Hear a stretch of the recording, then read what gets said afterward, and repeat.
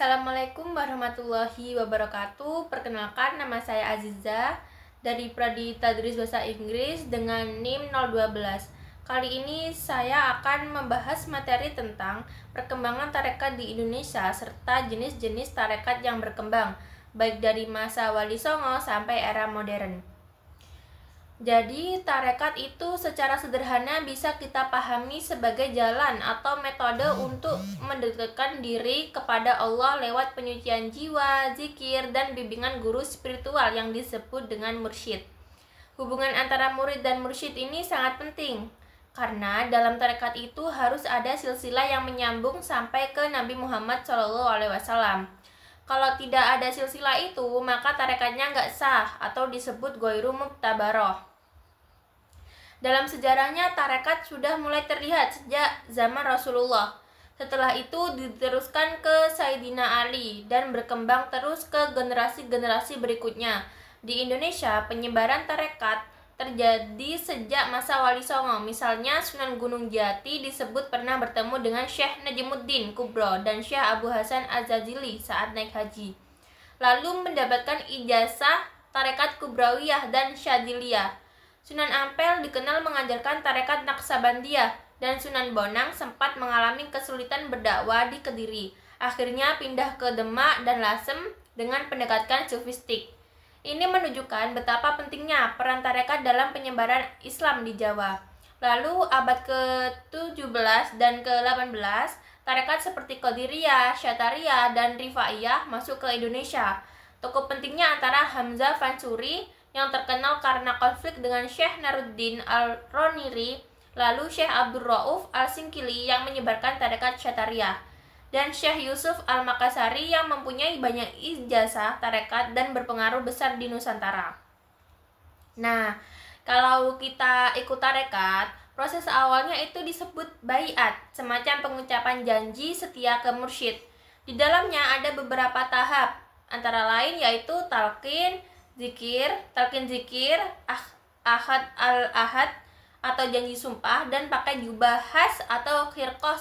Setelah itu, kita bakal dibimbing secara rohani sampai siap diberi ijazah atau bahkan diangkat jadi khalifah kalau mursyidnya udah yakin. Di era modern, NU juga membentuk Jatman, yaitu organisasi yang mengoordinasi tarekat-tarekat yang dianggap sah atau mu'tabaroh. Syarat sebuah tarekat dianggap mu'tabaroh antara lain yaitu ajarannya sesuai Al-Quran dan Sunnah, mempunyai silsilah sampai Nabi, mursyidnya kompeten, dan ajarannya tetap menjalankan syariat. NU sendiri sudah mengakui sekitar 45 tarekat mu'tabaroh, diantaranya Qadiriyah, Rifaiyah, dan Syadziliyah. Sekarang kita masuk ke beberapa jenis tarekat besar. Antara lain, tarekat Qadiriyah didirikan oleh Syekh Abdul Qadir Al-Jailani, menegakkan kasih sayang, kerendahan hati, dan zikir kepada Allah. Tarekat Rifaiyah terkenal karena praktik yang terkesan ekstrim, seperti makan kaca atau jalan di atas api. Tapi praktik ini sebenarnya simbolik dan keasliannya sekarang udah jarang dijumpai. Tarekat Syadziliyah mengajarkan keseimbangan antara hidup dunia dan spiritual. Naksabandiyah, salah satu tarekat paling besar, dikenal dengan teknik zikirnya yang unik dan sistematik. Tarekat Syatariah, Zahidiyah, Ansyariyah, Safwiyah, semua ini punya fokus pada zikir, hidup zuhud, dan introspeksi diri. Tarekat Samaniyah ajarannya cukup mendalam seperti konsep tawasul, Nur Muhammad, dan insan kamil.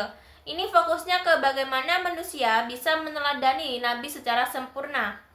Tarekat Tijaniyah didirikan di Aljazair oleh Syekh Ahmad Al-Tijani, menekankan eksklusivitas hubungan spiritual dan zikir tertentu.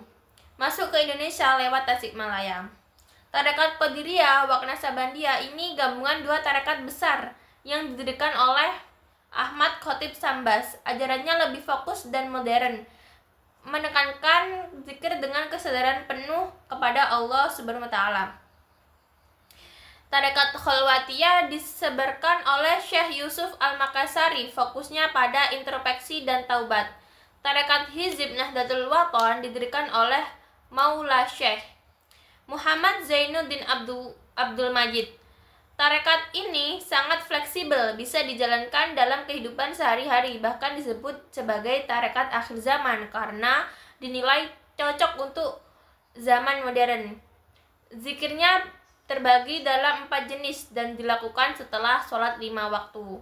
Jadi kesimpulannya, tarekat di Indonesia itu sangat beragam dan punya peran penting dalam menyebarkan Islam secara damai dan mendalam.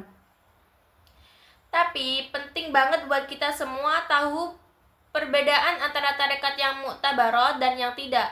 Selama tarekat itu punya selisih jelas, ajarannya sesuai syariat dan dibimbing oleh mursyid yang kompeten, maka insya Allah aman. Sekian dari saya, kurang lebihnya mohon maaf bila ada salah kata.